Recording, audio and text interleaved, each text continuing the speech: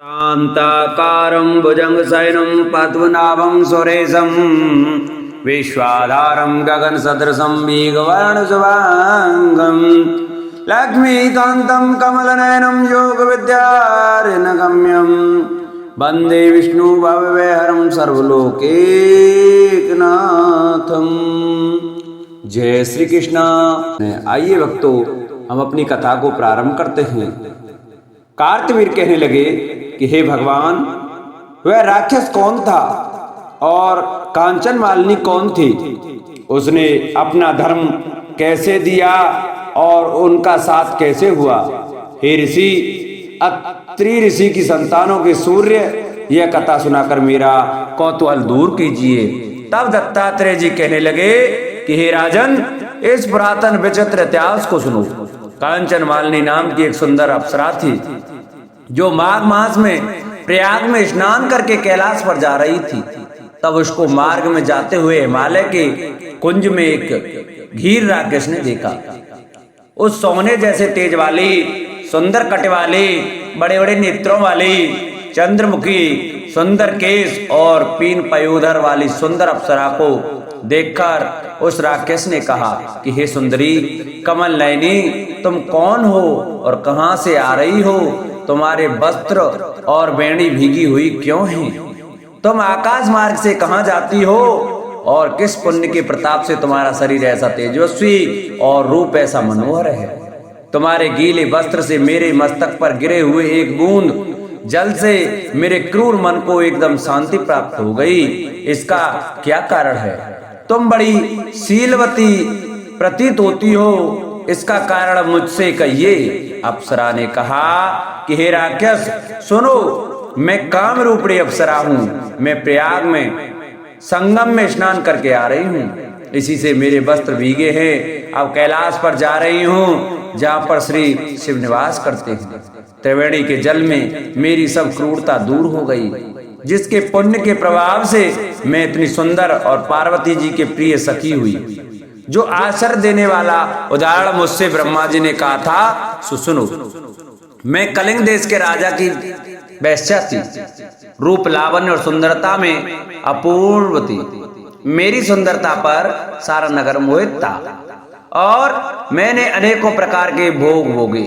अनेक प्रकार के वस्त्र और आभूषणों की घर में कोई कमी नहीं थी। कई कामी पुरुष आपस में स्पर्धा ही से मृत्यु को प्राप्त हो गए। इस तरह उस नगर में बड़ी सुंदरता से यौवन व्यतीत हुआ और मैं वृद्धावस्था को प्राप्त हो गई। तब मेरे मन में विचार उत्पन्न हुआ कि मैंने अपनी सारी आयु पापों में ही व्यतीत कर दी। धर्म का कोई कार्य, दान, तप, यज्ञ आदि नहीं किया। शिव या दुर्गा जी की आराधना नहीं की, न कभी भगवान विष्णु का पूजन किया।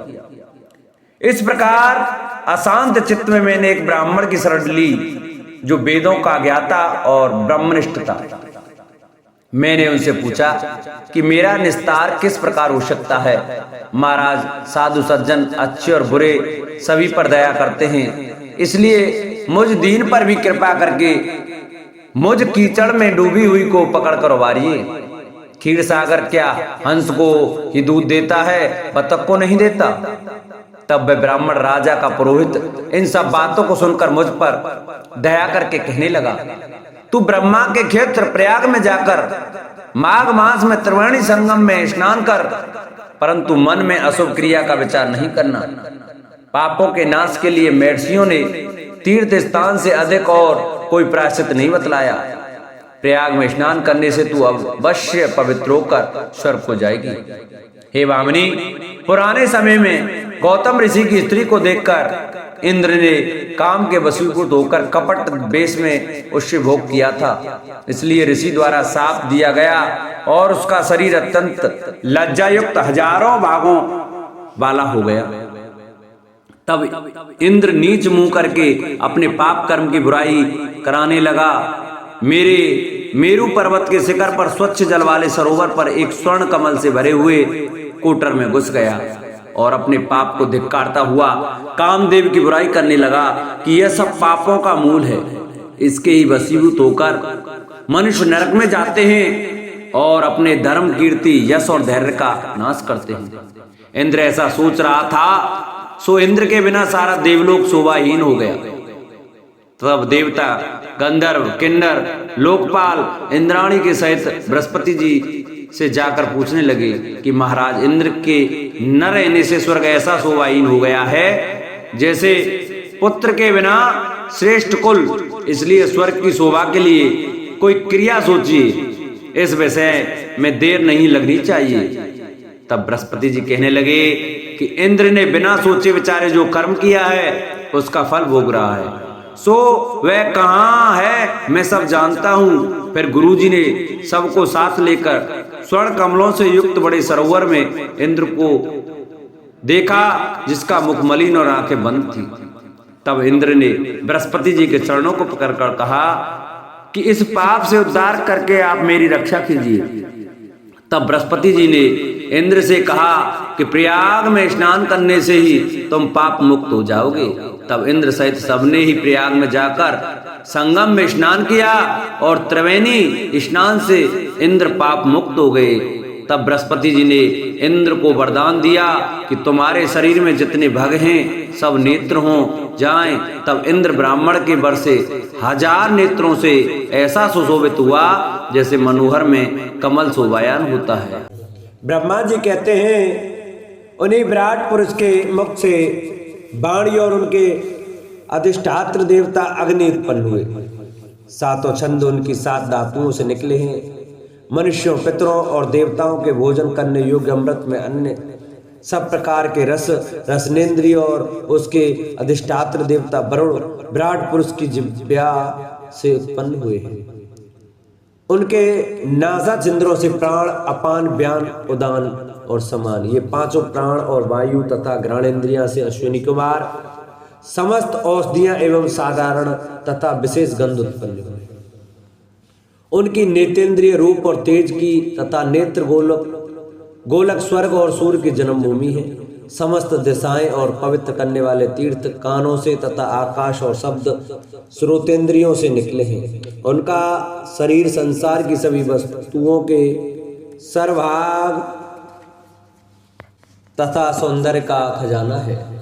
सारे यक्ष, स्पर्श और वायु उनकी त्वचा से निकले हैं। उनके रोम सभी उद्वेज पदार्थों के जन्म स्थान है, अथवा केवल उन्हीं के जिनसे यज्ञ संपन्न होते हैं। उनके क्लेश, दाढ़ी, मूछ और नखों से मेघ, बिजली, शिखा एवं लोहा आदि धातुएं तथा भुजाओं से प्राय संसार की रक्षा करने वाले लोकपाल प्रकट हो गए। उनका चलना फिरना भू भुव स्व तीनों लोकों का आश्रय है। उनके चरण कमल प्राप्त की रक्षा करते हैं और भयों को भगा देते हैं तथा समस्त कामनाओं की पूर्ति उन्हीं से होती है। विराट पुरुष का लिंग जल, वीर, सृष्टि, मेघ और प्रजापति का आधार है तथा उनकी जननेन्द्रिय मैथुन जनित आनंद का उद्गम है। नारद जी विराट पुरुष की पायु इंद्रिय, यम, मित्र और मल त्याग का तथा गुदा द्वार, हिंसा, निसृति, मृत्यु और नरक का उत्पत्ति स्थान है। उनकी पीठ से पराजय, अधर्म और अज्ञान, नाड़ियों से नदी और हड्डियों से पर्वतों का निर्माण हुआ है।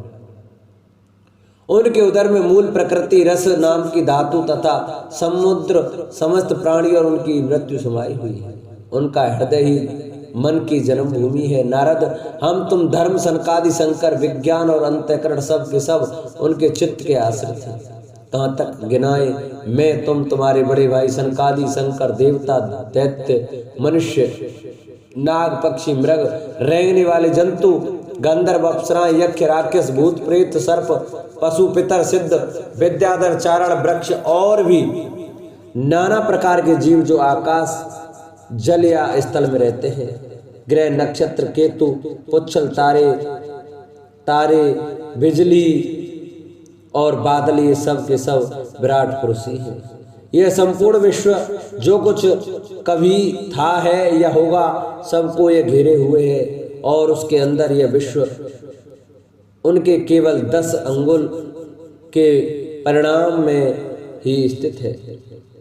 जैसे सूर्य अपने मंडल को प्रकाशित करते हुए ही बाहर भी प्रकाश फैलाते हैं, वैसे ही पुराण पुरुष परमात्मा भी संपूर्ण विराट विग्रह को प्रकाशित करते हुए ही उसके बाहर भीतर सर्वत्र एक रस प्रकाशित हो रहा है।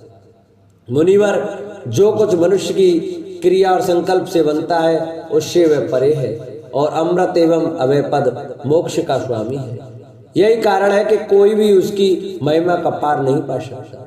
संपूर्ण लोक भगवान के एक पद मात्र अंश मात्र हैं तथा उनके अंश मात्र लोकों में समस्त प्राणी निवास करते हैं। भूलोक, भुर्वलोक और स्वर्गलोक के ऊपर महलोक है, उसके भी ऊपर जन, तप और सत्य लोकों में क्रम से अमृत, क्षेम एवं अभय का नित्य निवास है।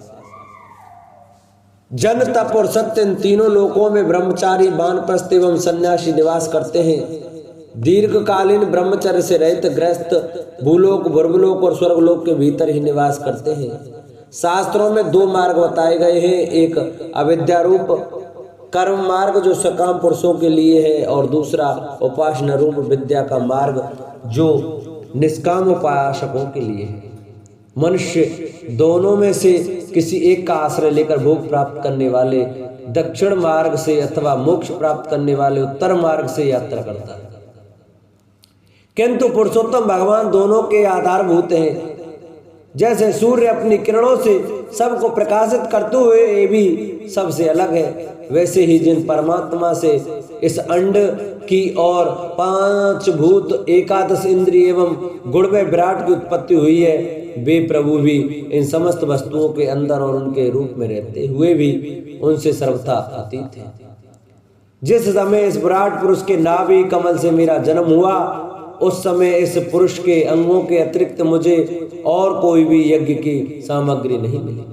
तब मैंने उनके अंगों में ही यज्ञ के पशु, यूप, स्तंभ, कुश, यह यज्ञ भूमि और यज्ञ के योग्य उत्तम काल की कल्पना की। ऋषि श्रेष्ठ, यज्ञ के लिए आवश्यक पात्र आदि वस्तुएं जो चावल आदि, औषधियां, घृत आदि स्नेह पदार्थ, 6 रस, लोहा, मिट्टी, जल, ऋक, यजु, साम, चातुर्होम, यक्षों के नाम, मंत्र, दक्षिणा, व्रत, देवताओं के नाम, पद्धति, ग्रंथ, संकल्प, तंत्र, अनुष्ठान की रीति, गति, मति, श्रद्धा, प्रायश्चित और समर्पण, यह समस्त यज्ञ सामग्री मैंने विराट पुरुष के अंगों से ही इकट्ठी की। इस प्रकार विराट पुरुष के अंगों से ही सारी सामग्री का संग्रह करके मैंने उन्हीं सामग्रियों से उन यज्ञ स्वरूप परमात्मा का यज्ञ के द्वारा यजन किया। तदंतर तुम्हारे बड़े भाई इन 9 प्रजापतियों ने अपने चित्त को पूर्ण समाहित करके विराट एवं अंतर्यामी रूप से स्थित उस पुरुष की आराधना की। इसके पश्चात समय समय पर मनु, ऋषि, पितर, देवता, दैत्य और मनुष्यों ने यज्ञों के द्वारा भगवान की आराधना की। नारद, यह संपूर्ण विश्व नहीं, उन्हीं भगवान नारायण में स्थित है जो स्वयं तो प्राकृतिक गुणों से रहते हैं, परंतु सृष्टि के प्रारंभ में माया के द्वारा बहुत से गुण ग्रहण कर लेते हैं। उन्हीं की प्रेरणा से मैं इस संसार की रचना करता हूँ। उन्हीं के अधीन होकर रुद्र इसका सार करते हैं और वे स्वयं ही विष्णु रूप से इसका पालन करते हैं, क्योंकि उन्होंने सत्व, रज तथा तम की तीनों शक्तियां स्वीकार कर रखी है। बेटा, जो कुछ तुमने पूछा था उसका उत्तर मैंने तुम्हें दे दिया। भाव या अभाव, कार्य या कारण के रूप में ऐसी कोई भी वस्तु नहीं जो भगवान से भिन्न हो। प्यारे नारद, मैं प्रेम पूर्ण एवं उत्कंठित हृदय से भगवान के स्मरण में मग्न रहता हूँ। इसी से मेरी वाणी कभी असत्य होती नहीं दिखती, मेरा मन कभी असत्य संकल्प नहीं करता और मेरी इंद्रियां भी कभी मर्यादा का उल्लंघन करके कुमार्ग में नहीं जाती। मैं वेद मूर्ति हूँ, मेरा जीवन तपस्या में है। बड़े बड़े प्रजापति मेरी वंदना करते हैं और मैं उनका स्वामी हूँ।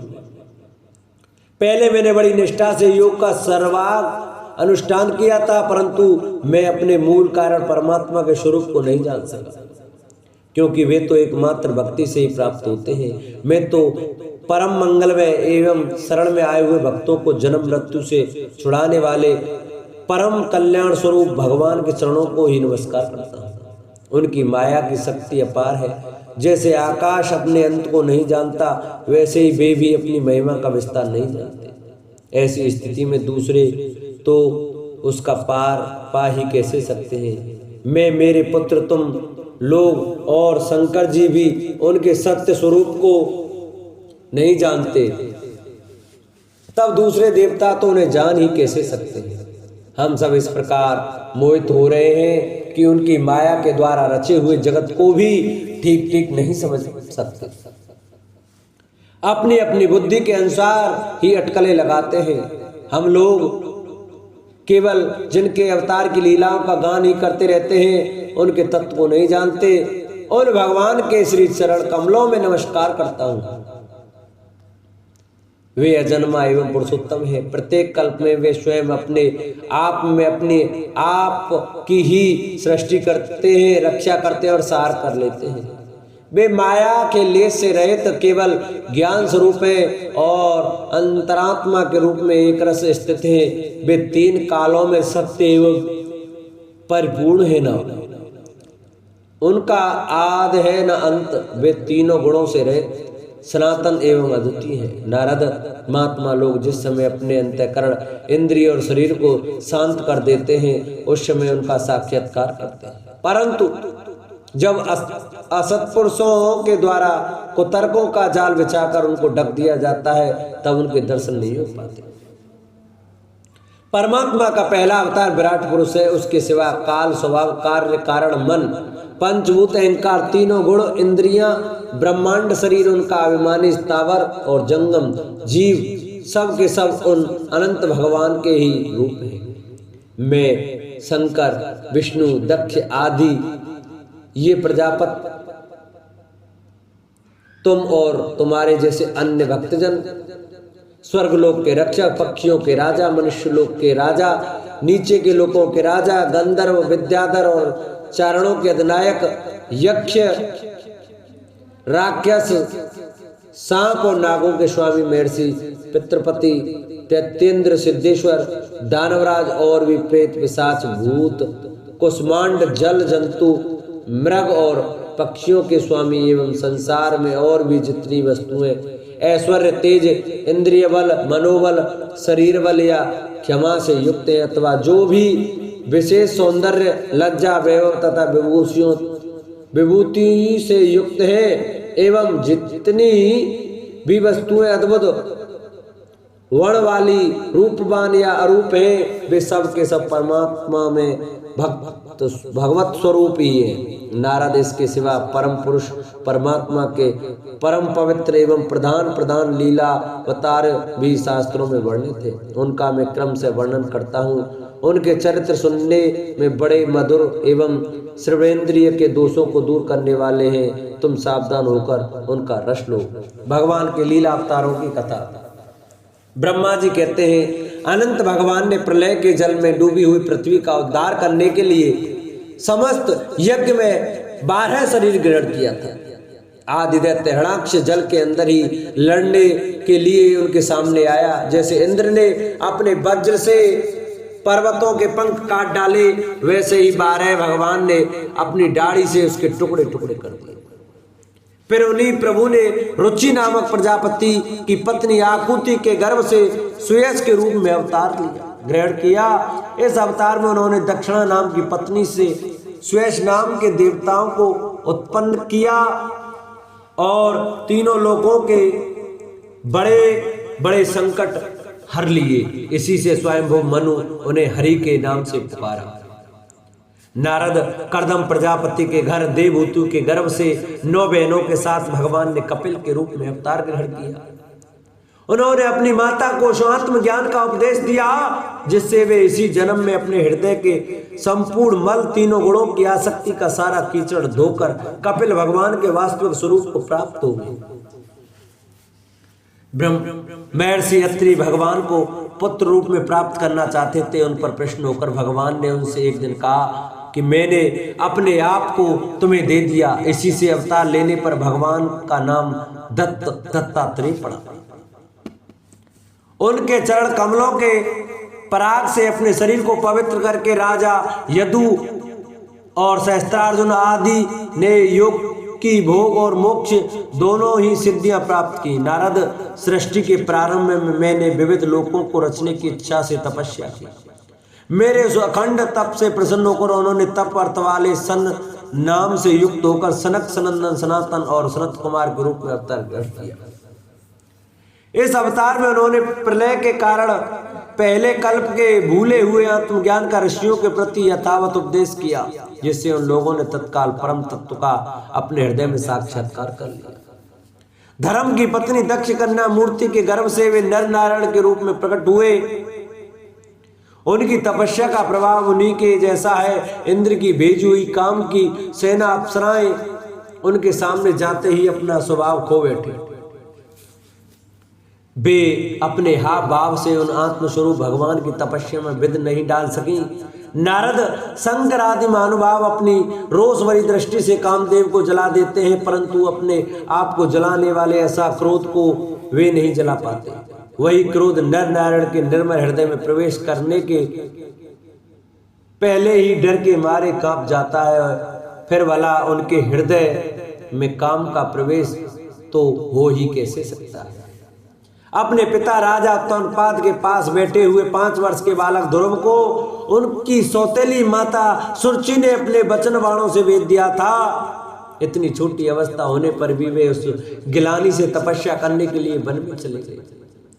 उनकी प्रार्थना से प्रसन्न होकर भगवान प्रकट हुए और उन्होंने ध्रुव को ध्रुव पद का वरदान दिया।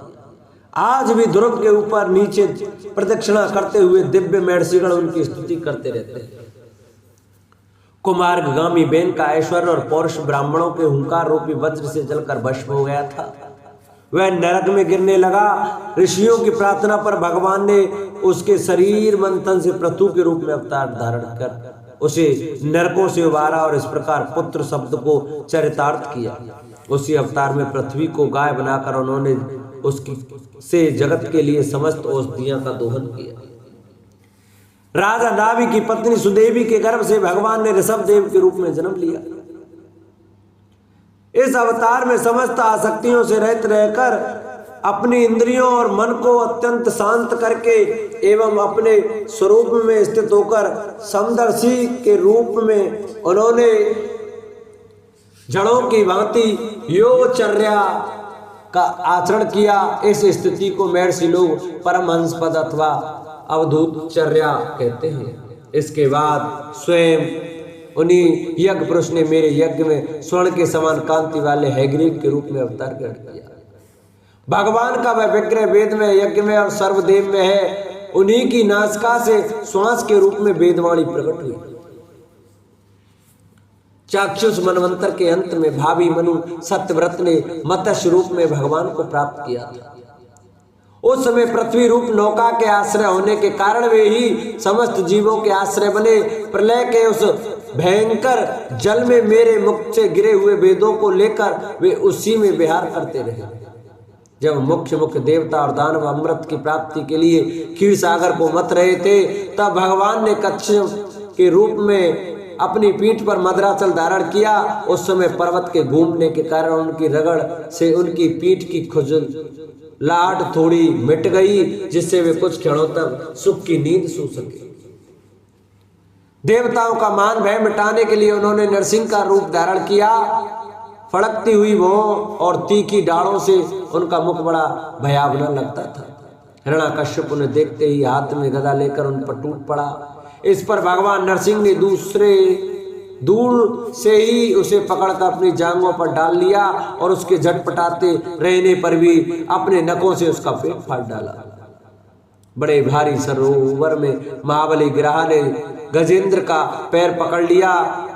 जब बहुत थक कर वह घबरा गया, तब उसने अपनी सूंड में कमल लेकर भगवान को पुकारा, हे आदि पुरुष, हे समस्त लोकों के स्वामी, हे श्रवण मात्र से कल्याण करने वाले। उसकी पुकार सुनकर अनंत शक्ति भगवान चक्रपाणी गरुड़ की पीठ पर चढ़कर वहां आए और अपने चक्र से उन्होंने गिरहा का मस्तक उखाड़ डाला। इस प्रकार कृपा परवश उस विपत्ति से उसका उद्धार किया। भगवान वामन अदिति के पुत्रों में सबसे छोटे थे, परंतु गुणों की दृष्टि से वे सबसे बड़े थे, क्योंकि यज्ञ पुरुष भगवान ने इस अवतार में बलि के संकल्प छोड़ते ही संपूर्ण लोगों को अपने चरणों से ही नाप लिया था। वामन बनकर उन्होंने 3 पग पृथ्वी के बहाने बलि से सारी पृथ्वी ले ली। ले तो ली, परंतु इससे यह बात सिद्ध कर दी कि सन्मार्ग पर चलने वाले पुरुषों को याचना के सिवा और किसी भी उपाय से समर्थ पुरुष भी अपने स्थान से नहीं हटा सकते, ऐश्वर्य से च्युत नहीं कर सकते। दैत्यराज बलि ने अपने सिर पर स्वयं वामन भगवान का चरणामृत धारण किया था। ऐसी स्थिति में उन्हें जो देवताओं के राजा इंद्र की पदवी मिली, इससे कोई बलि का पुरुषार्थ नहीं था। अपने गुरु शुक्राचार्य के मना करने पर भी वे अपनी प्रतिज्ञा के विपरीत कुछ भी करने को तैयार नहीं हुए, और तो क्या भगवान का तीसरा पद पूरा करने के लिए उनके चरणों में सिर रखकर उन्होंने अपने आप को भी समर्पित कर दिया। नारद, तुम्हारे अत्यंत प्रभाव से परम प्रसन्न होकर हंस के रूप में भगवान ने तुम्हें योग ज्ञान और आत्म तत्व को प्रकाशित करने वाले भागवत धर्म का उपदेश किया। वह केवल भगवान के शरणागत भक्तों को ही सुगमता से प्राप्त होता है। वे ही भगवान स्वयंभुव आदि मनवंतर में मनु के रूप में अवतार लेकर मनु वंश की रक्षा करते हुए दसों दिशाओं में अपने सुदर्शन चक्र के समान तेज से बेरोक टोक निष्कंटक राज करते हैं। तीनों लोकों के ऊपर सत्यलोक तक उनके चरित्रों की कवनी कीर्ति फैल जाती है, और उसी रूप में वे समय समय पर पृथ्वी के भारभूत दुष्ट राजाओं का दमन भी करते रहते हैं। स्वनाम धन्य भगवान धन्वंतरी अपने नाम से ही बड़े बड़े रोगियों के रोग तत्काल नष्ट कर देते हैं। उन्होंने अमृत पिलाकर देवताओं को अमर कर दिया, और दैत्यों के द्वारा हरण किए हुए उनके यज्ञ भाग उन्हें फिर से दिला दिए। उन्होंने ही अवतार लेकर संसार में आयुर्वेद का प्रवर्तन किया। जब संसार में ब्राह्मण द्रोही आर्य मर्यादा का उल्लंघन करने वाले नारकी क्षत्रिय अपने नाश के लिए ही देववश बढ़ जाते हैं और पृथ्वी के कांटे बन जाते हैं, तब भगवान महापराक्रमी परशुराम के रूप में अवतीर्ण होकर अपनी तीखी धार वाले फरसे से 21 बार उनका संहार करते हैं। मायापति भगवान हम पर अनुग्रह करने के लिए अपनी कलाओं भरत, शत्रुघ्न और लक्ष्मण के साथ श्री राम के रूप में इक्ष्वाकु के वंश में अवतीर्ण होते हैं। इस अवतार में अपने पिता की आज्ञा का पालन करने के लिए अपनी पत्नी और भाई के साथ में वे वन में निवास करते हैं। उसी समय उनसे विरोध करके रावण उनके हाथों मरता है। त्रिपुर विमान को जलाने के लिए उद्धव शंकर के समान जिस समय भगवान राम शत्रु की नगरी लंका को भस्म करने के लिए समुद्र तट पर पहुंचते हैं, उस समय सीता के वियोग के कारण बढ़ी हुई क्रोधाग्नि से उनकी आंखें इतनी लाल हो जाती हैं कि उनकी दृष्टि से ही समुद्र के मगरमच्छ, सांप, ग्राह आदि जीव जलने लगते हैं, और वैसे तरतर कांपता हुआ समुद्र झटपट उन्हें मार्ग दे देता है। जब रावण की कठोर छाती से टकराकर इंद्र के वाहन ऐरावत के दांत चूर चूर होकर चारों ओर फैल गए थे, जिससे दिशाएं सफेद हो गई थी, तब दिग्विजयी रावण घमंड से फूलकर हंसने लगा था। वही रावण जब श्री रामचंद्र जी की पत्नी सीता को चुरा कर ले जाता है और लड़ाई के मैदान में उनसे लड़ने के लिए गति पूर्वक आता है, तब भगवान श्री राम के धनुष की टंकार से ही उसका वह घमंड प्राणों के साथ तत्क्षण विलीन हो जाता है। जिस समय झुंड के झुंड दैत्य पृथ्वी को रौंद डालेंगे, उस समय उसका भार उतारने के लिए भगवान अपने सफेद और काले केश से बलराम और श्री कृष्ण के रूप में कलावतार ग्रहण करेंगे। वे अपनी महिमा को प्रकट करने वाले इतने अद्भुत चरित्र करेंगे कि संसार के मनुष्य उनकी लीलाओं का रहस्य बिल्कुल नहीं समझ सकेंगे। बचपन में ही पूतना के प्राण हर लेना, 3 महीने की अवस्था में पैर उछालकर बड़ा भारी झकड़ा उलट देना और घुटनों के बल चलते चलते आकाश को छूने वाले यमलार्जुन बच्चों के बीच में जाकर उन्हें उखाड़ डालना, ये सब ऐसे कर्म हैं जिन्हें भगवान की सिवा और कोई नहीं कर सकता।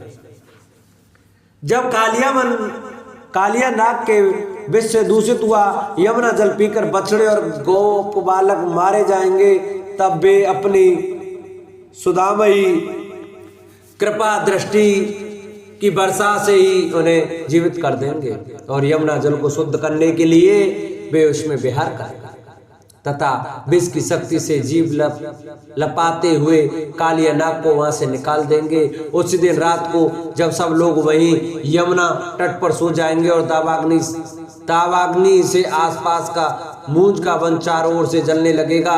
तब बलराम जी के साथ वे प्राण संकट में पड़े हुए ब्रजवासियों को उनकी आंखें बंद कराकर उस अग्नि से बचा लेंगे। उनकी यह लीला भी अलौकिक ही होगी। उनकी शक्ति वास्तव में अचिंत्य है। उनकी माता उन्हें बांधने के लिए जो जो रस्सी लाएगी वही उनके उदर में पूरी नहीं पड़ेगी, 2 अंगुल छोटी ही रह जाएगी। तथा जवाई लेते समय श्री कृष्ण के मुख में 14 भुवन देखकर पहले तो यशोदा भयभीत हो जाएगी, परंतु फिर से वे संभल जाएंगी। नंद बाबा को अजगर के भय से और वरुण के पास से छुड़ाएंगे। मैं दानव का पुत्र व्योमासुर जब गोप बालों को पहाड़ की गुफा में बंद कर देगा तब वे उन्हें भी वहां से बचा लाएंगे।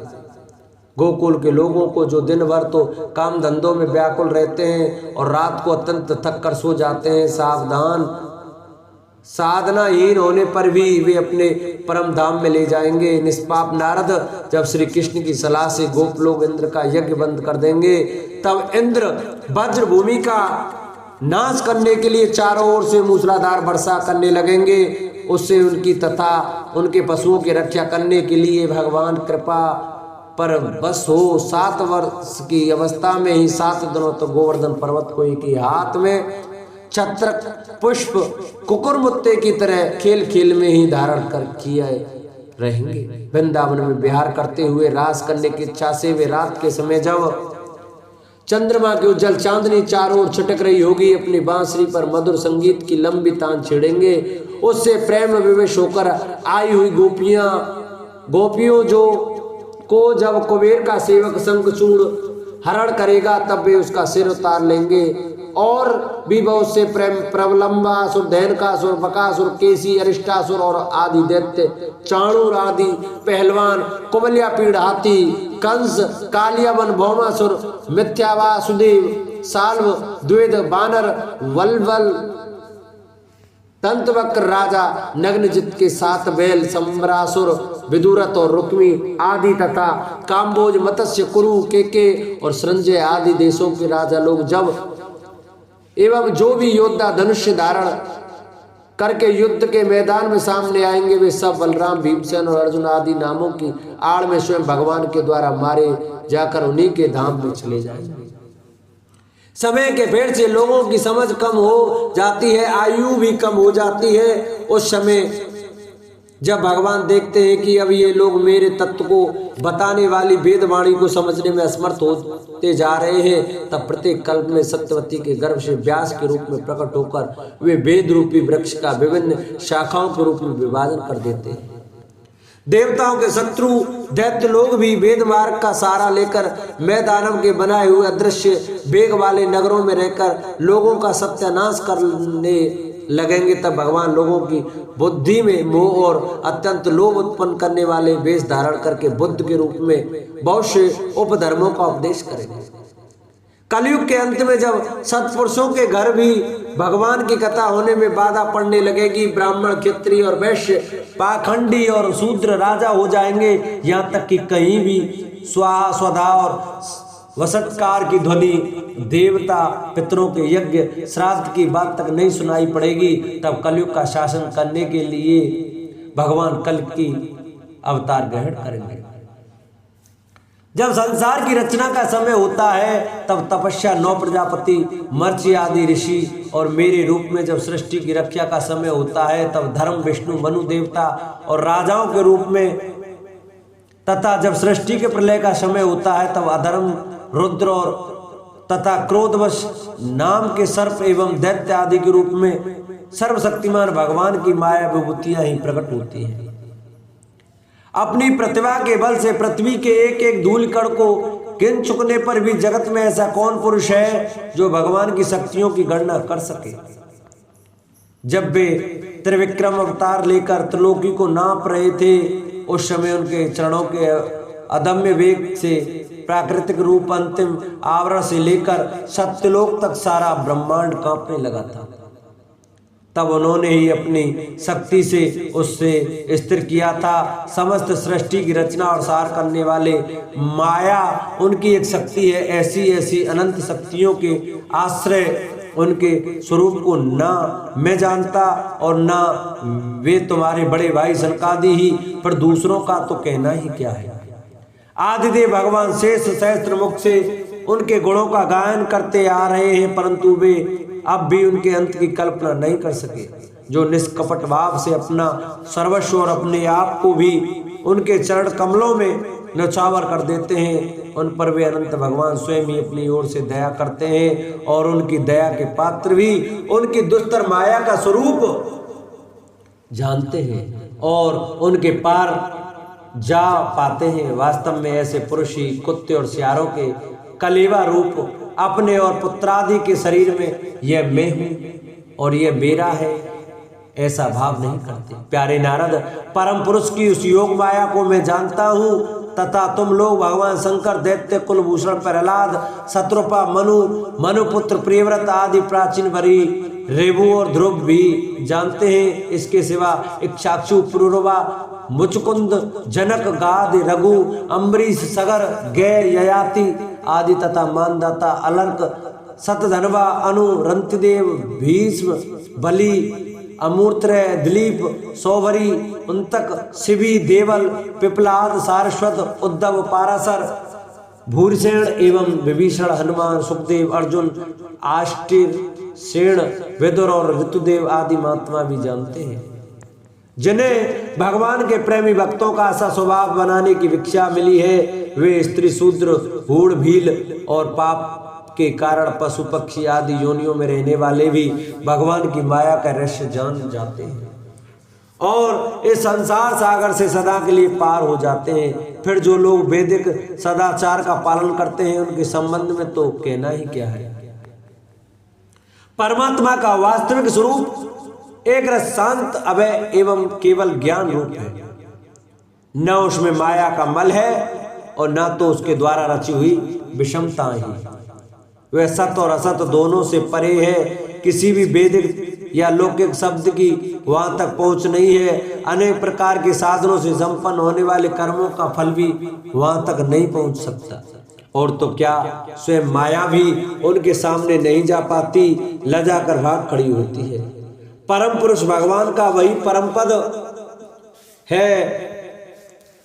महात्मा लोग उसी का शोक रहित अनंत आनंद स्वरूप ब्रह्मा के रूप में साक्षात्कार करते हैं। संयमशील पुरुष उसी में अपने मन को समाहित करके स्थित हो जाते हैं। जैसे इंद्र स्वयं मेघ रूप से विद्यमान होने के कारण जल के लिए कुआं खोदने की कोदाल नहीं रखते, वैसे ही वे भेद दूर करने वाले ज्ञान साधनों को भी छोड़ देते हैं। समस्त कर्मों के फल भी भगवान ही देते हैं, क्योंकि मनुष्य अपने स्वभाव के अनुसार जो शुभ कर्म करता है वह सब उन्हीं की प्रेरणा से होता है। इसी शरीर में रहने वाले पंचभूतों के अलग अलग हो जाने पर जब यह शरीर नष्ट हो जाता है, तब भी इसमें रहने वाला अजन्मा पुरुष आकाश के समान नष्ट नहीं होता। बेटा नारद, संकल्प से विश्व की रचना करने वाले षड़ैश्वर्य संपन्न श्री हरि का मैंने तुम्हारे सामने संक्षेप में वर्णन किया। जो कुछ कार्य कारण अथवा भाव अभाव है, वह सब भगवान से भिन्न नहीं है। फिर भी भगवान तो इससे पृथक भी है ही। भगवान ने मुझे जो उपदेश किया था, वह यही भागवत है। इसमें भगवान की विभूतियों का संक्षिप्त वर्णन है। तुम इसका विस्तार करो। जिस प्रकार सबके आश्रय और सर्वस्वरूप भगवान श्री हरि में लोगों की प्रेममय भक्ति हो, ऐसा निश्चय करके इसका वर्णन करो। जो पुरुष भगवान की अचिंत्य शक्ति माया का वर्णन या दूसरों के द्वारा किए हुए वर्णन का अनुमोदन करते हैं अथवा श्रद्धा के साथ नित्य स्मरण करते हैं, उनका चित्त माया से कभी मोहित नहीं होता। बोलो के बिहारी लाल की जय। प्रिय भक्तजनों, आज की कथा का ये विश्राम करते हैं। कल की कथा में हम आपको राजा परीक्षित के सुखदेव जी से विविध प्रश्नों की कथा का वर्णन सुनाएंगे। तो सभी भक्तजन हमारी कथा को प्रतिदिन बड़े श्रद्धा भाव और प्रसन्न चित्तमन से सुने। जिन्होंने चैनल को सब्सक्राइब नहीं किया है, वो ऐसी ही सुंदर कथाएं सुनने के लिए हमारे चैनल को सब्सक्राइब करें, वीडियो को लाइक करें, शेयर करें और कमेंट में राधे राधे जय श्री कृष्ण अवश्य लिखें।